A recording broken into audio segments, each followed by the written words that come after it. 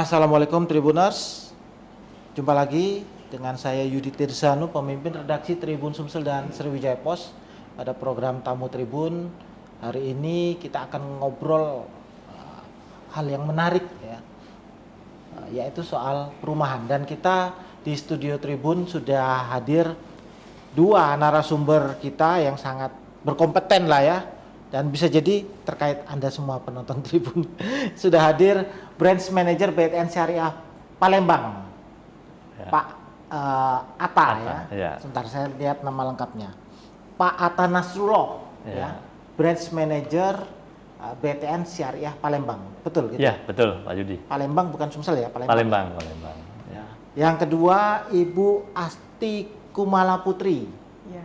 Deputi Branch Manager. Assalamualaikum. Waalaikumsalam warahmatullahi wabarakatuh.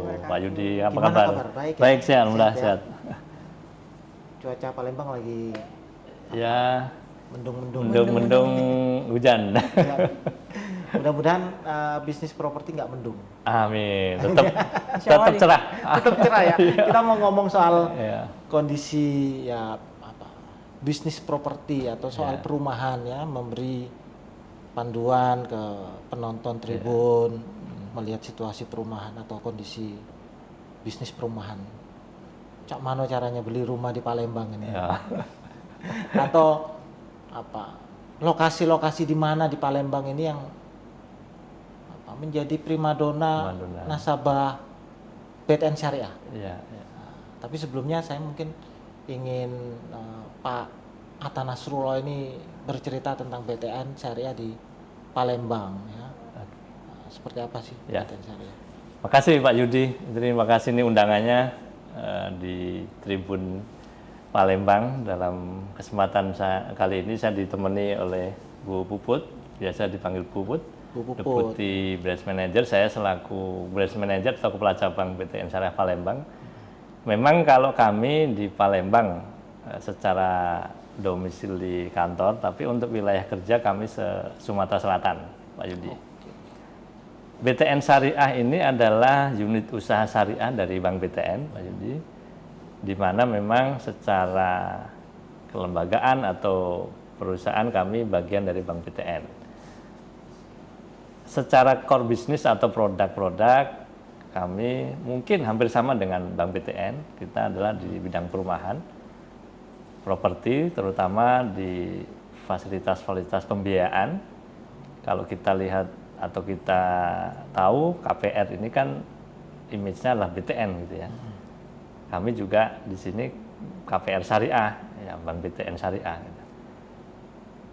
Core bisnis kita di perumahan, fasilitas-fasilitas pembiayaan perumahan kepada end user, kepada developer, kepada masyarakat secara umum ya. Jadi memang di Sumatera Selatan ini potensi atau kalau kita bicara market itu masih sangat besar untuk perumahan.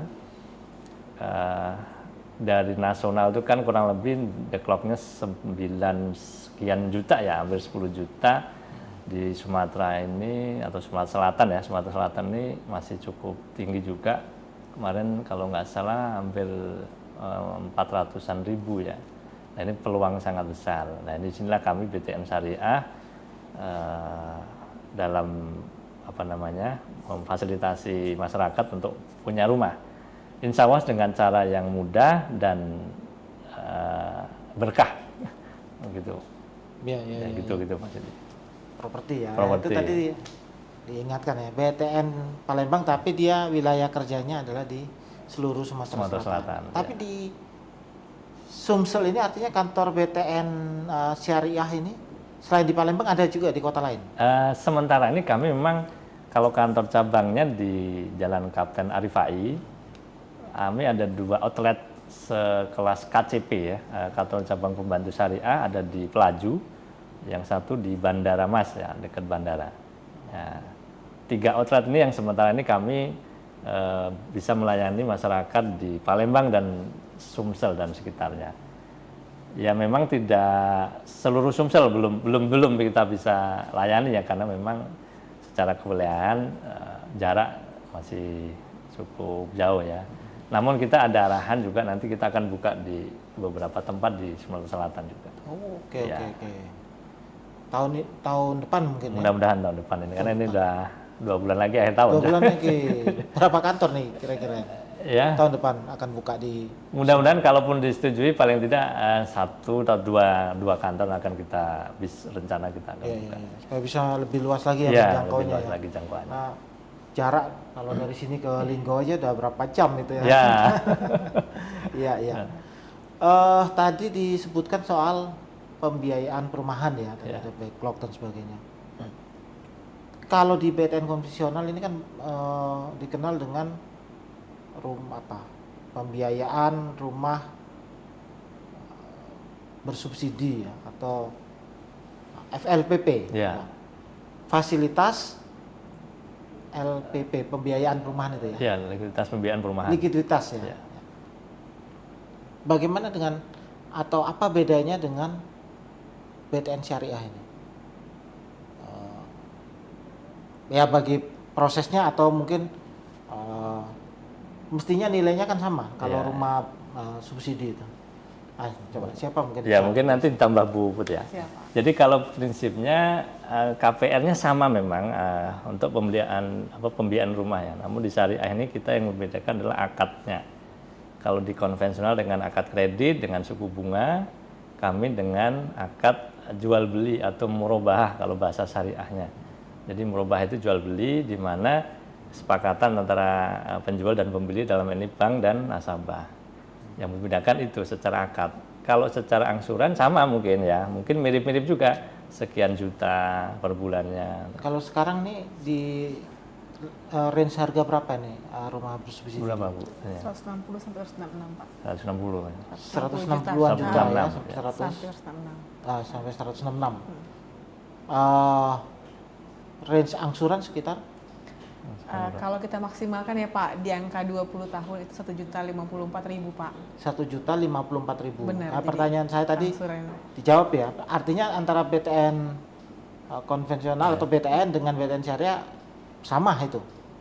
Kalau dengan range waktu yang sama. Iya, kurang lebih sama. Kurang lebih sama ya. Secara besaran angsurannya sama Secara besaran angsuran karena ini kan ada subsidi dari dari pemerintah. pemerintah gitu Ya, ya. Cuma akadnya yang berbeda. Akadnya berbeda Pak, benar Pak. Jadi Pak menambahkan dari Ya. Pak Ato tadi Pak bahwa kita bisa bedah sebenarnya lebih luas. Pak Ato tadi jelaskan dari awal memang kita pakai akadnya terstatement gitu kan. Ini akad jual beli, kemudian yang mungkin membuat hati nasabah itu tenang. Jadi ada harga, misalnya harga pokoknya 160 juta, berapa sih keuntungan bank selama jangka waktu? Apakah misalnya 10 tahun berapa, 20 tahun berapa gitu ya. Jadi itu ada di akad pembiayaan kita Pak, pertama yang itu. Yang kedua adalah adanya jadwal angsur yang akan mendeskripsikan dari bulan pertama Bapak akad sama kami sampai dengan lunas itu berapa kira-kira pokok dan bagi hasil yang telah terbayar. Itu kejelasannya Pak. Dan yang ketiga pada saat pelunasan itu kalau kami nggak mengenal namanya denda pelunasan ya Pak. Kalau biasanya mungkin di bank-bank konvensional ada denda, ada penalti ya bahasanya penalti. Kalau kami kita fair dari jadwal angsur tadi berapa yang pokok yang telah terbayar, berapa yang belum terbayar, paling ada biaya administrasi. Jadi fairness-nya Pak kalau kita lihat secara berbisnis ya Pak, itu lebih dapat di syariah. Walaupun mungkin kalau secara angsuran tadi ya Pak ya, kita lihat sama. Tapi fairness, Keterbukaan itu ya, jadi orang tahu ya. Benar. Iya, iya, iya. Kalau untuk rumah subsidi bisa ya. Saya misalnya sudah akad saya misalnya 15 tahun. Ya, ini tahun ke-13. Boleh melunasi. Boleh Pak. Boleh ya? Boleh. Oke. Jadi subsidi itu ada aturan memang dari pemerintah minimal ya, itu sudah berjalan 5 tahun. Jadi misalkan Pak Yudi KPR 15 tahun, sebelum 5 tahun tidak boleh dilunasin dulu, tidak boleh dijual, tidak boleh disewakan dan sebagainya. Tapi direnov boleh ya? Direnov boleh. Tapi renovasi yang standar lah ya. Oke. Nah setelah 5 tahun boleh nanti dilunasin, dipercepat. Ya, tadi sampaikan Bu tadi ada perhitungan yang tadi terbuka. Dan secara akad dari awal kita udah terstate Pak untuk angsurannya sampai dengan 15 tahun ke depan, 20 tahun ke depan, kita jangka waktu sampai 20 tahun itu terstate, sudah tertulis di situ di akad. Jadi tidak akan mengalami perubahan lah. Mungkin ya terjadi krisis, bukan krisis lah, artinya suku bunga naik, moneter naik, mungkin suku bunga di pasar naik, tapi kalau sudah akad di syariah ya tetap di angsurannya sesuai dengan yang sudah terstate tadi di akad.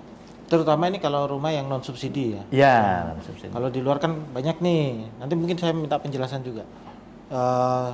Kalau di rumah non subsidi kan ada banyak promo nih ya. Misalnya Ya, promo ya. flat 1 tahun, 2 tahun, 3 tahun, 5 tahun. Nanti pada tahun ke-6 berubah. Berubah itu bahasa netralnya ya, tapi Ya. naik ya. Penyesuaian. Penyesuaian ya. Iya ya, penyesuaian ya.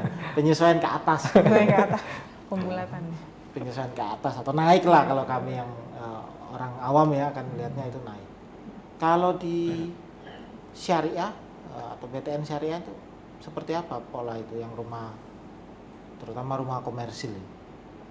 Ya, Bu Puput. Kalau yang suku bunga promo Pak, yang di bank-bank itu, tentunya memang itu ada perhitungan secara mempertimbangkan suku bunga Bank Indonesia dan lain-lain ya Pak. Kalau kami tadi Pak mempertimbangkannya adalah akadnya dipakai untuk apa? Apakah bank syariah itu akan mempertimbangkan suku bunga Bank Indonesia karena kita regulasinya ada di sana, tapi tidak menjadi hal yang pokok karena kita tetap berbagi hasil ya Pak, berbagi hasil. Nah, kalau perihal konvensional mungkin sudah jelas akan naik. Kita juga ada dalam artian promo, tapi tadi Pak, karena kita sudah tahu berapa sih porsi margin kita, jadi kita seperti simpelnya Pak, kayak kita jualan ya Pak ya, boleh dong kita kurangin sedikit supaya kita bisa ngambil yang banyak gitu kan. Nah, kemudian balik lagi kepada tadi Pak, kejelasan pada saat akad pun di tahun ke-6 setelah margin itu promo, kita akan statement nih di tahun ke-6 setelah lepas margin berapa nih sampai lunas gitu Pak. Jadi Pada tahun pertama sudah tahu ya? pada saat akad Pak, Udah udah tahu Pak. Iya, iya, iya. Kita bilang bahwa nasabah ini promo ya 5 tahun pertama, misalnya 2 tahunnya berapa, 3 tahunnya berapa, 4 tahun sampai 5 tahun. Tahun ke-6 kita normal, normalnya berapa tuh udah tahu Pak sampai lunas. Jadi kegelisahan Bapak perihal penyesuaian tadi ya Pak yang katanya naik, itu terprediksi dari awal nasabah BTN Syariah akad Pak. Gitu. Itu enaknya di BTN Syariah Pak. Enaknya Jadi tuh ya. lebih pasti Pak Judi. Jadi kalau yang punya penyakit jantung masih aman ya. Agak aman, Nggak Pak. kaget ya, nggak kaget ya. Kan kadang kalau kena setelah masa promo itu ya tahun ke-6 Ya. kaget. Kaget Ya. lah Pak. Kami antisipasi Pak, kagetan Bapak Pak dengan cara apa?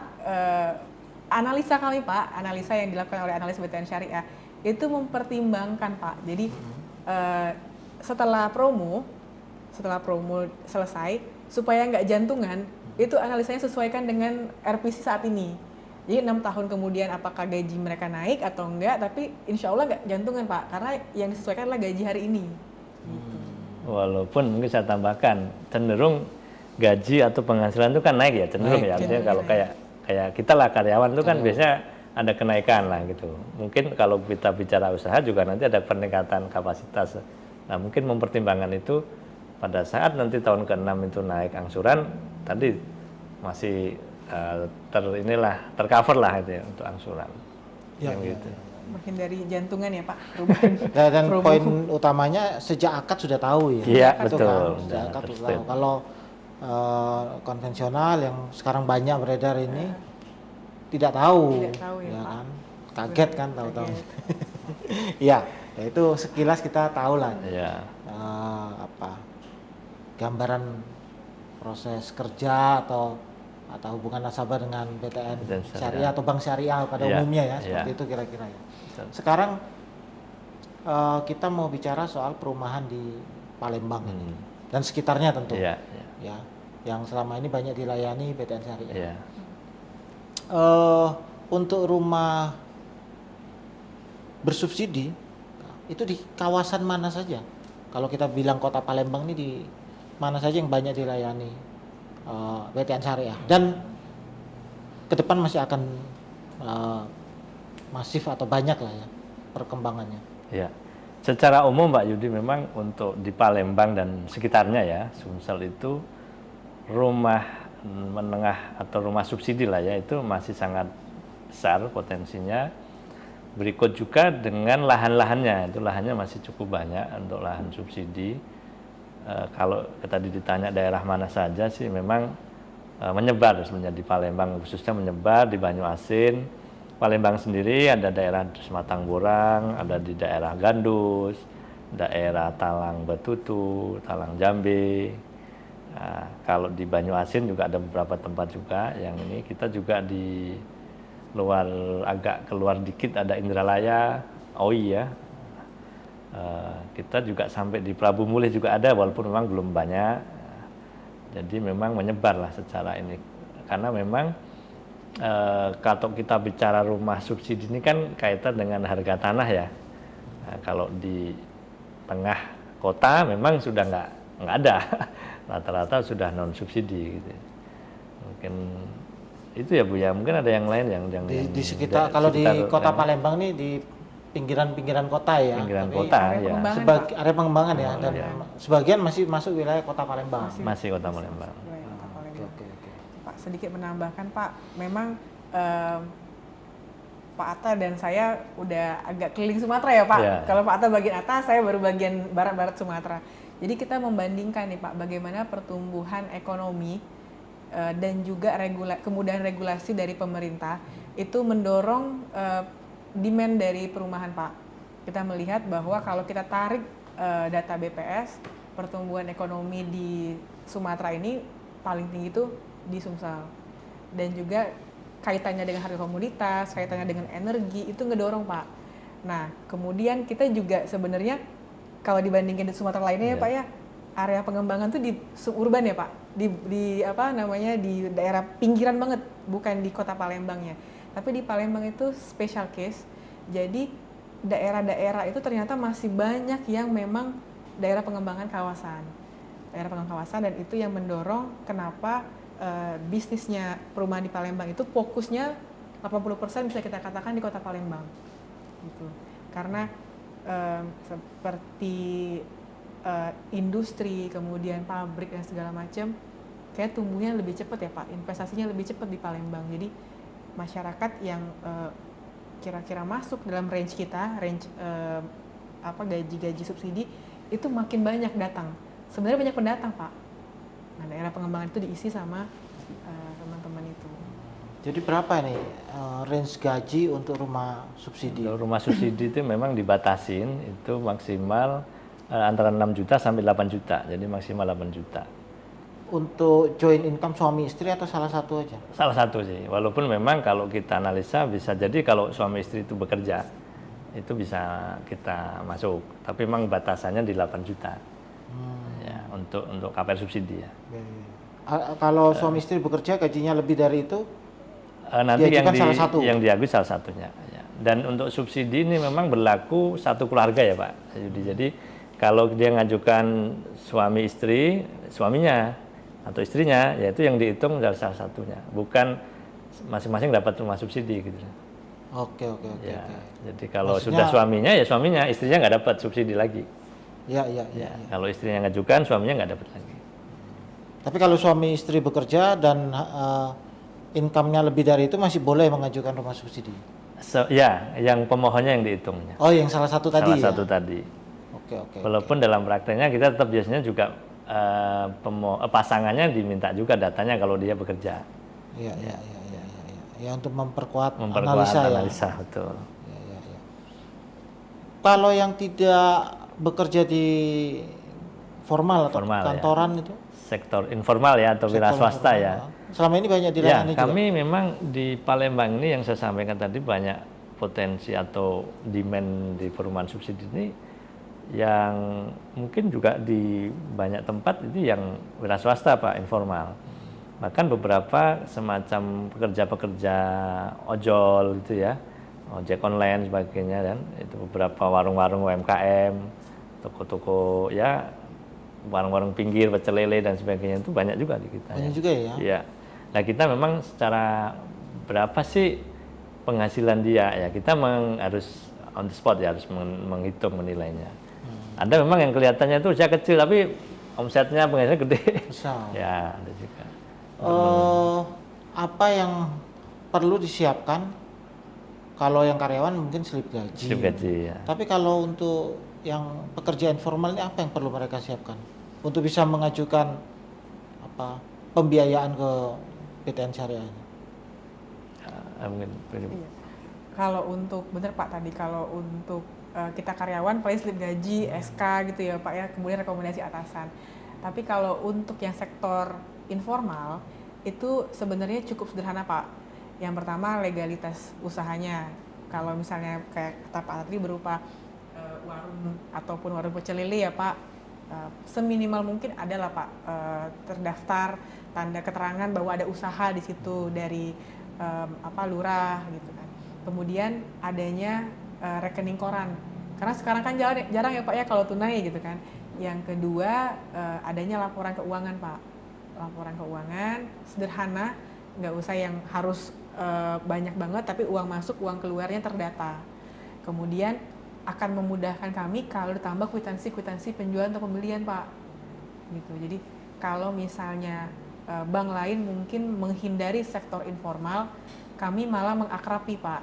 Buktinya tadi Pak Atta juga spill bahwa kami ada tim OTS Pak, on the spot. Jadi laporan keuangan yang telah dikirim sama pemohon, kemudian izin usahanya, kwitansi pembelian penjualan itu akan diverifikasi secara on the spot. On the spot ya. On the spot. Bahkan kalau yang pecel ayam atau pecel lele mungkin ikut makan juga kali ya Pak. Untuk menghitung dan memastikan bahwa usaha ini memang layak dan bisa jadi mata pencarian dari pemohon dan sumber untuk pengembalian.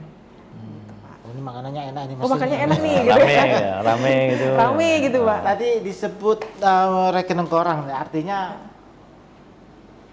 si calon pemohon dia memang harus punya bank ya? Punya tabungan Pak. Ya? Minimal buka tabungan BTN Syariah dulu Pak. PTN Syariah ya. Kalau dia dia kan saya nggak tahu banyak, tapi ada juga ya, Iya. yang dia full cash nih Ya, bisnisnya. ya ada sih Pak. Ada memang masih dalam arti tradisional lah ya. Iya, iya, iya. Zaman sekarang padahal bank di mana-mana ya, artinya gitu ya. Masih ada tradisional ada. Ya kita memang tadi dengan on the spot itu kita pastikan berapa sih sebenarnya kemampuan dia. Ya selama ini mungkin diterima cash, disimpan di rumah. Ya kita akan menghitungnya dari on the spot tadi. Memang kendala di usaha-usaha kecil tadi ya, laporan-laporan keuangan. Nah, mungkin kan kalau kita bicara laporan keuangan itu kesannya kan sesuatu yang rumit, yang complicated. Ya, sebenarnya kami sederhana, setiap usaha itu kan ada pemasukan, ada pengeluaran. Dari situ aja dicatat, itu kita sudah bisa menghitung, sudah bisa menilai, oh kemampuan berapa gitu. Dan tadi, masuk nggak ini subsidi nggak? Karena kan ada bisnis yang memang dia omsetnya besar, penghasilannya besar, di atas 8 juta mungkin ya. Nah itu, ya mohon maaf, mungkin belum masuknya kategori dia harusnya beli rumah yang non subsidi. Non subsidi yang komersil ya. Iya. Nanti kita akan bahas itu juga. Bukan kita menolak, tapi Bapak layak untuk atau Ibu layak untuk rumah non subsidi. Iya, iya, iya, iya. Laporan keuangan itu ya, maksudnya tadi itu ya lebih Ya, sederhana ya, sederhana aja bukan kita. Bukan yang harus harga nyiapin neraca, Iya. laporan Pak. laba rugi, Iya. ya, perubahan modal. Iya. Enggak Pak, enggak Pak. enggak. Asetnya berapa, laba itu. Pembelian sama pembelian ayam hari ini berapa? Iya, iya, Pembelian iya, iya. tepung, penjualannya berapa, dapat laba berapa per hari gitu Pak. Betul, mungkin dari nota-nota. Iya. Dari nota-nota. Oke, oke. Jadi sebenarnya nggak sulit juga. Nggak sulit, Dan Pak. itu sudah keseharian dilakukan sebetulnya. Tinggal kita kumpulkan aja, kita kolek aja datanya. Iya, iya. Setiap bulan atau kondisi tahun ini seberapa banyak pemohon atau yang terrealisasi di BTN Syariah untuk rumah subsidi ini? Untuk rumah subsidi kami tahun ini sudah melewati 2000 lebih ya Bu. 2000 sekian lah unit untuk rumah subsidi. Kenapa? Karena memang rumah subsidi ini dalam tanda kutip sangat tergantung dengan kuota dari pemerintah Pak Yudi. Artinya tahun lalu lebih besar? Kita meningkat sih dari tahun 2023. 2023. Kita meningkat, ya. Kenapa? Ya tadi sekali lagi kita tidak bisa merealisasikan KPR subsidi kalau kuota tidak tersedia. Ya, mungkin kemarin sempat ada isu ya artinya kuota sudah habis di bulan ke berapa kemarin, yang ke bulan 7 atau 8 ya. Nah, secara market atau secara potensi kita itu tiap bulan mungkin bisa 300 sampai 400 ribu 400 unit untuk realisasi. Namun karena kendala kuota tadi ya kita ngikutin jumlahnya dari pemerintah gitu. Banyak beberapa apa istilahnya ya, surat persetujuan KPR yang belum bisa diakatkan karena kita menunggu kuota. Dan secara dari bank maupun dari calon nasabahnya udah siap. Sudah ya? siap. Ada beberapa rumahnya juga sudah ready, sudah siap, udah ini.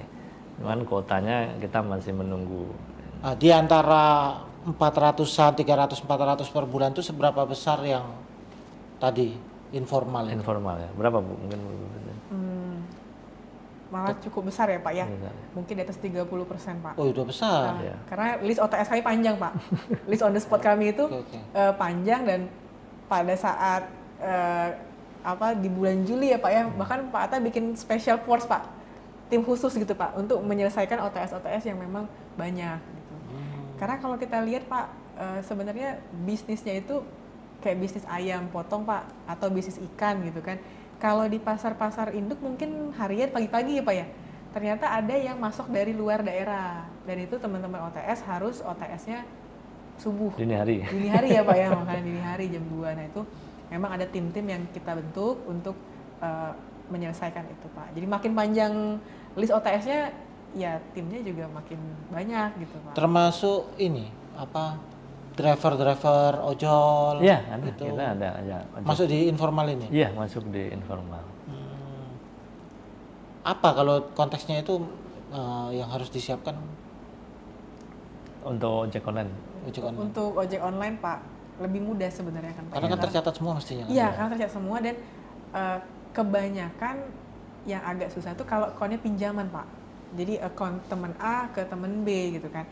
Tapi kalau misalnya sesuai prosedur, dalam artian akunnya saya yang ngajuin, kemudian kan semuanya terikut Pak. Lebih Pembayaran itu mudah. clear ya, lebih Lebih mudah, mudah. lebih clear itu ya. Dan kita terbantu sama rating ojol itu ya, ratingnya Ya, kan ya, Pak. Ada ada ojol dan ratingnya. ratingnya Pak. Jadi ratingnya 5 dengan masa kerja segini, pendapatannya bisa kita hitung, ya itu lebih enak sih. Oke. Masa kerja juga Ya, Masa kerja masa juga. kerja, rating, dan ya tadi karena sudah terdigitalisasi juga kan ojol ini ya. Jadi lebih mudah di situ. ya. Oke. Nah, sekarang saya mau tanya juga soal yang rumah non subsidi. Ya. Mungkin dari bisnisnya BTN Syariah itu dominan yang subsidi juga Iya, ya. di atas 80% mungkin. Iya, sementara ini di atas 80%. Memang kalau kita lihat kinerja beberapa tahun sebelumnya, memang tadi dominasi di subsidi. Ini tahun ini alhamdulillah kita sudah mulai agak naik di non subsidinya, secara persentase juga kita coba naikin. Karena memang ternyata marketnya atau pasarnya KPR komersil atau non subsidi ini di Palembang cukup besar juga sebetulnya. Dan tadi disampaikan di awal tadi juga, ternyata juga sebagian tadi pembeli-pembeli rumah itu yang informal juga tadi ya, pengusaha-pengusaha, tidak hanya karyawan ya, itu banyak juga yang pengen beli rumah di Palembang, karena sebagian ternyata di luar Palembang. Nah, ini kita yang dapati seperti itu Pak. Orang tadi ya, Palembang ini kan masih menjadi center ya, menjadi pusat dari orang mungkin berbisnis atau mungkin ya sekedar Sabtu Minggu ke Palembang. Pendidikan juga. Ya, dari pendidikan. Disitulah kadang market rumah-rumah komersial di situ. Nah, ini cukup sudah mulai inilah, kita sudah banyak kerjasama untuk perumahan-perumahan non subsidi di Palembang, khususnya kota Palembang ya. Mungkin kalau di luar itu di Banyuasin lah yang mengitari Palembang, sudah cukup banyak juga. Umumnya pengembang itu kan juga dia selain rumah subsidi juga punya yang rumah komersil. Ya. Nah, sejauh ini seberapa banyak pengembang yang sudah bekerja sama dengan BTN Syariah? Kalau untuk jumlah pengembang mungkin di atas 60-an ya, 60 sampai 70 pengembang. Ada memang yang tadi disampaikan Pak Yudi, ada yang mix ya, ada yang dia tuh punya proyek non subsidi, ada proyek non subsidi. Tapi mayoritas memang biasanya terspesialisasi ya, kalau dia punya rumah subsidi ya rata-rata subsidi. Kalau sudah dia mainnya di komersil, lebih banyak di komersil. Ada sih yang mix tadi, tapi memang nggak banyak. Masih banyak terpisah-pisah. Kalau yang khusus komersil sudah seberapa banyak ini? Kurang lebih 20-an lah, 20-an pengembang. Pasti di Palembang ya? Iya, itu di ya? Palembang, ya di Palembang. Oke. Gimana kondisinya kalau untuk bisnis atau permintaannya yang rumah komersil ini? Ya, permintaan rumah komersil memang tidak sebanyak subsidi yang pasti. Namun kalau dilihat bulan ke bulan terus meningkat sih, naik juga ini. Jadi komposisinya juga. Komposisinya sudah mulai ada pertumbuhan lah gitu. Karena di bank-bank lain pun sekarang juga banyak itu. Banyak tawaran untuk switch gitu ya. Oh ya. Karena benefit ya tadi selain transparan juga mungkin harganya juga kompetitif ya, mungkin itu. Harga kompetitif dan mungkin gimmick-gimmicknya juga yang ditawarkan dari pengembang. Selain gimmick-gimmick kami kan ada beberapa gimmick ya, selain tadi margin promo, ada kadang kita ada program untuk diskon biaya administrasi. Kemudian ada juga program yang mungkin bisa kita kerjasamakan dengan pengembang, itu subsidi dari pengembang, itu juga bisa ya untuk menarik konsumennya. Apa yang harus diketahui calon pemohon ini atau pemohon rumah komersil ya, supaya dia bisa disetujui atau bisa diproses di PTN Syariah? Ya mungkin nanti tambahan Buput ya. Intinya satu, kita kan pada saat setiap pemohon KPR itu kita cek dulu BI checking sebenarnya. Kalau sekarang slik OJK ya. Kita cek sliknya. Jadi riwayat pemohon itu di perbankan itu bagaimana. Kalau lancar, ada pembiayaan lancar atau kredit lancar, itu poin pertama dulu itu. Yang kedua ya terus tentu kemampuan dari untuk angsurannya nanti ya, itu kemampuan kan bisa dari sisi yang tadi kerja formal ataupun informal, kita akan cek lagi. Kemudian ya motivasi dia untuk pembelian rumah itu, walaupun memang kalau kita bicara perumahan komersil sebagian untuk investasi sih biasanya, jarang yang ditempatin. Ada tapi mungkin ya tadi yang saya ceritakan, dia itu bukan orang Palembang tapi orang luar pengen punya rumah di sini, atau memang betul-betul investasi untuk disewakan.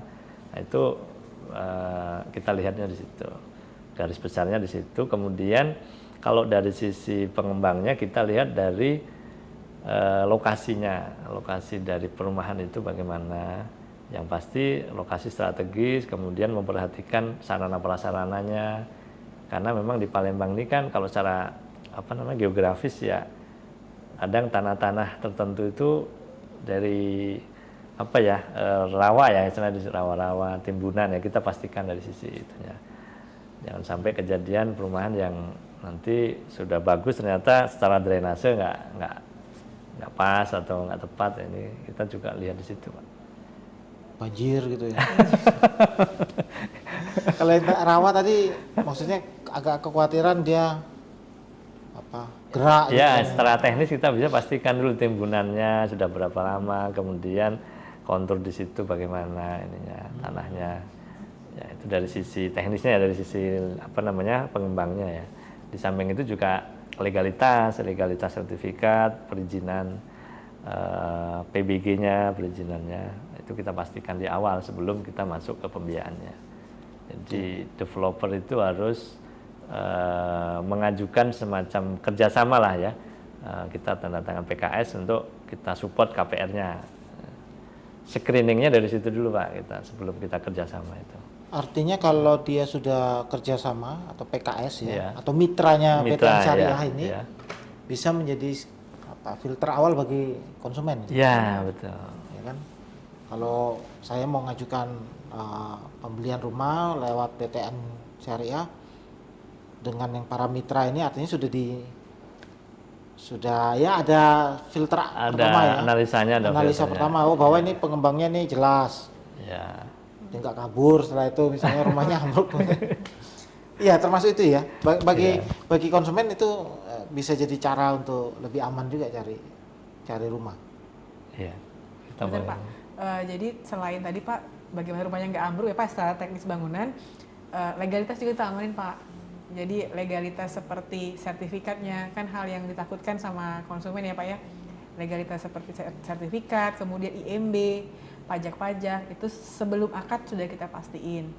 Nah, mundur lagi ke belakang Pak, perizinan-perizinan untuk proyeknya juga sudah dianalisa. Jadi analisa satu PKS dukungan itu ya Pak, untuk bisa branch manager menyetujui sama dengan analisa kita membiayai. Jadi walaupun kita nggak biayai, tapi kita perasaan memiliki kan Pak, karena trustnya konsumen ketika akad pembiayaan sama kita, kemudian sertifikatnya belum ada kan mengaruh ke reputasi gitu kan Pak. Ya kalau bisa dibilang BTN Groupnya belajar lah Pak 74 tahun seperti apa supaya bisa ngasih lebih baik. Label BTN Syariah di pengembang platinum mungkin bisa jadi pengamanan lah. Oh ini udah sama BTN Syariah nih, sehingga sertifikatnya udah aman, kemudian IMB-nya udah aman, pajak-pajaknya udah aman. Iya. Itu Pak. Berapa persen besaran yang bisa dibiayai untuk satu unit rumah ini kalau di BTN Syariah? Kalau kita kan Pak ada FTV ya Pak, loan to value ya Pak ya, atau financing to value. Jadi ada persyaratan DP sebenarnya rumah pertama, rumah kedua, rumah ketiga. Tapi kalau taruhlah untuk rumah pertama, biasanya kalau di Palembang itu konsumen DP untuk platinum tuh di atas 20% Pak. Biasanya Pak ya, walaupun mungkin developernya ada promo-promo ya Pak, DP-nya berapa, jarang sih Pak. DP-nya kalau misalnya di Palembang yang ngambil platinum itu pasti udah ngebayar 20 sampai kadang-kadang 50% ya Pak pembiayaan. Jadi ya sangat layak lah sebenarnya untuk dibiayain. Oh, platinum ini produk Komersil, BTN Syariah untuk rumah komersil. Rumah komersil betul ya. KPR platinum. Di atas 20%. Biasanya yang bisa di 80% yang bisa benar Pak, walaupun sebenarnya itu 5% pun sebenarnya DP-nya bisa, tapi jarang terjadi kalau di Palembang Pak. Malah DP-nya besar-besar Pak. Gitu. Secara kami memang bisa di 5-10% pun bisa. Cuma usernya memang biasanya karena tadi dia punya kemampuan lebih tuh, salah satunya untuk membayar DP lebih. Biar angsurannya kecil kan Pak, plafonnya kecil. Kalau di Palembang untuk yang platinum ini di daerah mana paling banyak atau yang sedang berkembang ini? Daerahnya ya berkembang ya mungkin di daerah sebarang Sako ya. Sako ada, di Gandus sebagian pun ada yang sekarang di Platino. Non subsidi ya. Mana itu Tanjung Barangan ya? Barangan ada, Talang Kelapa lagi banyak tumbuh itu perumahan-perumahan yang non subsidi. Kemudian kalau daerah-daerah Jakabaring itu Tegal Binangun ya. Tegal Binangun itu juga satu jalan itu banyak didominasi perumahan-perumahan non subsidi ya. Dan sebagian memang ada yang masih ada di lahan di tengah-tengah kota, tapi memang dia semacam klaster aja sih, nggak banyak. Townhouse mungkin. Ya, mungkin ada 20 unit gitu aja, masih ada juga. Ya, tapi harganya memang lebih tinggi sudah. Lebih tinggi ya. Kalau rumah ini kan banyak opsinya lebih banyak mungkin ya. Rumah komersil ya. Komersil ya. Dan rumah komersil ini kan Pak Yudi, secara persyaratan sebetulnya lebih simpel, artinya tidak sebanyak rumah subsidi tadi. Salah satunya kalau rumah subsidi kan dia harus rumah pertama. Jadi ada keterangan bahwa dia beli rumah itu rumah pertama ya dari kepala desa atau dari atasannya. Kalau rumah komersil ini dia rumah kedua, ketiga boleh ya, untuk KPR-nya. Dan persyaratan secara administrasinya juga sebetulnya lebih simpel. Gitu ya. Kalau perumahan subsidi, ya tapi orang ingin invest ya, artinya dia tidak dapat fasilitas subsidi. Selisihnya seberapa besar tuh? Bisa dilayani di BTN Syariah? Oh, maksudnya untuk rumah subsidi tapi untuk invest gitu? Iya, dia rumah kedua tapi dia ingin ambil rumah subsidi nih, karena lebih murah kan? Ya boleh, tapi KPR-nya tidak masuk KPR subsidi. Angsurannya berbeda. Berbeda ya? Betul. Lumayan juga akan ya. Tapi secara harga rumahnya sama? Itu di kisaran itu 160 tadi? Ya, harganya 166. Dia tapi mau invest karena sudah punya rumah. Boleh kita biayai, tapi tidak masuk KPR subsidi. Yang KPR subsidi kan margin 5%. Kalau non subsidi tadi yang disampaikan Bu tadi berjenjang, nanti sesuai dengan margin normalnya di atas. Iya. Jadi tidak dapat subsidi lah gitu. Ya. Berapa lama ya kalau proses di BTN ini? Kalau sampai dia disetujui atau dari sampai akad permohonan awal ya Pak ya, dari berkas masuk ya Pak. Hmm. Dari berkas masuk, kemudian kalau lengkap, kemudian kita lakukan wawancara, analisa, sampai kemudian ada on the spot tadi ya Pak, sampai putusan, itu bisa kita prediksi. Kalau untuk dia fixed income lebih mudah ya Pak, mungkin di 3-4 hari kerja, tapi kalau misalnya kita harus on the spot, tentu waktunya ya 5-7 hari kerja. Karena kadang-kadang kan kalau on the spot ngitung untuk usaha kan nggak bisa sekali ya Pak ya. Kalau sekali mungkin bisa pas rame aja nih. Tapi kita datang lagi pas lagi nggak rame, adjustmentnya seperti apa tentu ada analisa. Jadi itu yang bisa. Jadi untuk fixed income sama non fixed tentu jaraknya beda-beda. Tapi seminggu inilah ya anunya average ya. ya. Average. Nggak terlalu lama juga. Ya. Nggak terlalu lama. Kadang bisa lebih cepat kalau data lengkap Pak. Kadang memang kita menghitung istilahnya SLA itu kali dari data lengkap. Pada saat permohonan, data yang dibutuhkan A, B, C, D, E, F-nya baru lengkap, kita bisa proses sesuai dengan, mungkin lebih cepat dari tadi sampaikan Bu Put. Memang kadang dalam prakteknya mungkin pada saat data masuk, harusnya datanya itu 10, tapi baru 5. Memenuhinya nanti belakangan lagi, ya itu yang kadang menjadi agak tertunda prosesnya. Di harga berapa ya kalau rumah komersil? Rumah Kisaran komersil, Palembang ini? iya. Kalau di Palembang itu rata-rata di 400 juta sampai 1 M ada. Kita juga ada pembiayaan yang di atas 1 M juga ada. Beberapa perumahan yang saya ceritakan di kota tadi kan ada harga 1,5, 2 M itu kami juga bisa biayai. Ya. Jadi memang tergantung lokasinya sih Pak. Secara limitasi sebetulnya kami tidak ada batasnya Pak. Artinya batasnya ada tadi 80-90% dari harga jual. Berapapun harga rumah kita biayai gitu. Ya. Banyak soalnya duitnya BTN saya ya.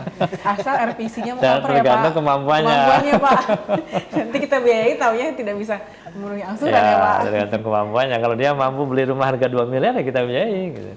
Dia cukup mampu 500 juta ya kita biayai 500 juta. Dan ini ya, opsi atau pilihannya kalau datang ke BKN Karya pun bisa melihat dari pengembang yang tadi bekerja sama itu ya. 20-an lebih tuh berapa ribu unit yang tersedia Benar Pak. dari mitranya. Ya average satu pengembang bisa antara 100 unit, ada yang lebih dari itu 200 unit untuk rumah non sub ya. Tapi kalau rumah subsidi kadang memang lebih banyak lagi. Lebih banyak lagi ya. Karena memang mitranya atau spesialisasinya BTN Syariah di rumah subsidi gitu ya. Mungkin karena kondisi di Sumsel Pak, artinya kondisi di Sumsel ini memang dominasi kebutuhan rumah di level-level itu. Mungkin kalau di kota lain ada yang mungkin prosentasenya 50-50 antara subsidi non subsidi, bahkan subsidinya lebih rendah lagi. Daerah-daerah tertentu ya mungkin di Jabodetabek atau di kota-kota besar di Jawa lah itu sudah kebalik mungkin. Tuh, kalau di Jakarta ya agak sulit ya. Iya. Di kota Jakarta atau misalnya Surabaya gitu ya. Di wilayah kota. Iya. Di Palembang ini termasuk beruntung juga karena di wilayah kota pun masih bisa dapat. Iya. Ya kan meskipun bukan di tengah kota tentu ya. Masih kota Palembang. Di kota Palembang kan tadi beberapa kawasan yang disebutkan masih Palembang. Ya, masih Pak. kota Palembang. KTP-nya masih Palembang gitu. KTP masih Palembang. Iya. Oke, Pak Atta dan Bu Puput ya. Pak Atta tadi hampir salah sebut Atta Halilintar. Itu beda saldo, Pak. Ini di akhir segmen kita ini saya mau beri kesempatan untuk memberi closing ya, juga mungkin saran kepada penonton Tribun ya, warga Palembang dan sekitarnya untuk akhir tahun ini atau tahun 2025 apakah masih layak atau waktunya untuk membeli rumah dan bagaimana dari perspektif BTN Syariah gitu ya. Mungkin bisa langsung ke kamera. Siap. Makasih Pak Yudi. Jadi Ibu Bapak sekalian, apa yang tadi disampaikan Pak Yudi bahwa benar untuk perumahan ya, atau pembiayaan perumahan atau kebutuhan perumahan sampai dengan saat ini masih sangat besar. Dan kapan sih beli rumah? Ya waktunya sekarang. Artinya sekarang ini, tahun depan masih sangat besar, dan support dari pemerintah dengan pemerintahan yang baru ini, program dari presiden yang baru, ada namanya program 3 juta rumah. Nah ini salah satunya nanti adalah KPR FLPP ataupun KPR Tapera dan yang program yang lain ya. Ini sangat mensupport untuk pembiayaan perumahan. Jadi kami dari BTN Syariah sebagai salah satu bank pelaksana dari program itu sangat support untuk bisa melayani Ibu Bapak dalam kebutuhan untuk pembiayaan perumahan. Di samping itu Ibu Bapak, kami juga ada program tadi yang KPR komersil bagi Ibu Bapak yang sudah punya rumah atau pengen beli rumah yang di atas subsidi. Kami juga siap support dari pembiayaan fasilitas yang ada. Mungkin itu ya. Mungkin Bu Put, Bu Put mungkin bisa apa yang harus disiapkan ya, meringkas yang tadi kita diskusikan ya. Menarik tadi Pak Atta menyinggung program 3 juta rumah ya. Artinya mudah-mudahan tahun depan makin ramai ya orang, dan kesempatan orang untuk membeli rumah subsidi atau mengajukan permohonan itu untuk lebih terbuka ya. Dan yang direalisasikan bisa lebih banyak ya. Nah, untuk Bu Puput ini bisa disampaikan juga dari sisi customer ya, atau nasabah itu apa yang harus dia siapkan. Tentu yang mungkin yang pertama datang dulu ke BTN buka tabungan dulu. Lalu selanjutnya apa, baik secara dia karyawan atau dia non karyawan, mungkin bisa disampaikan lagi. Nyapanya apa tadi Pak? Tribuners. Tribuners ya. Baik. Baik para Tribuners, pertanyaan klasiknya kapan sih kita beli rumah gitu ya? Kalau secara market ya beli rumahnya itu harus sekarang. Tapi apa sih yang harus kita persiapkan? Persyaratan untuk punya rumah itu sebenarnya tidak seribet yang kita pikirkan. Kalau untuk karyawan tentunya kita adanya slip gaji, kemudian rekening koran, dan juga rekomendasi atasan. 3 hal yang penting dan rasanya itu tidak susah untuk kita sebagai karyawan penuhin. Dan untuk para Tribuners yang usaha itu juga tidak susah, karena hanya menyiapkan legalitas usaha, kemudian ada laporan keuangan dan juga kwitansi-kwitansi yang berhubungan dengan usaha tersebut, dan nantinya kita akan menilai kelayakan dari usaha tersebut. Jadi prosesnya lebih simpel, kemudian cara dapat rumahnya lebih simpel, dan jangan lupa cari pengembang yang telah bekerja sama dengan BTN Syariah atau mitra BTN Syariah, karena di sana berarti kami sudah memastikan legalitasnya aman, kemudian tata cara pembayarannya sesuai dengan atau tata cara pengambilannya sesuai dengan BTN Syariah, dan juga yang terpenting dari semua langkah itu Pak Yudi adalah Tribuners datang ke BTN Syariah yang di Arifai, kemudian temui kami, buka tabungan, dan tanya kami rumah model apa yang mereka butuhkan. Kami tunggu di BTN Syariah Pak. Keren. Ya Tribuners, sudah di akhir diskusi obrolan kita. Mudah-mudahan bisa memberi gambaran Anda semua yang ingin memiliki rumah subsidi ya, bisa datangi kantor BTN Syariah. Demikian Tribuners, saatnya beli rumah, yang terbaik adalah sekarang, jangan ditunda ya. Sampai jumpa pada program kita selanjutnya. Salam Tribun.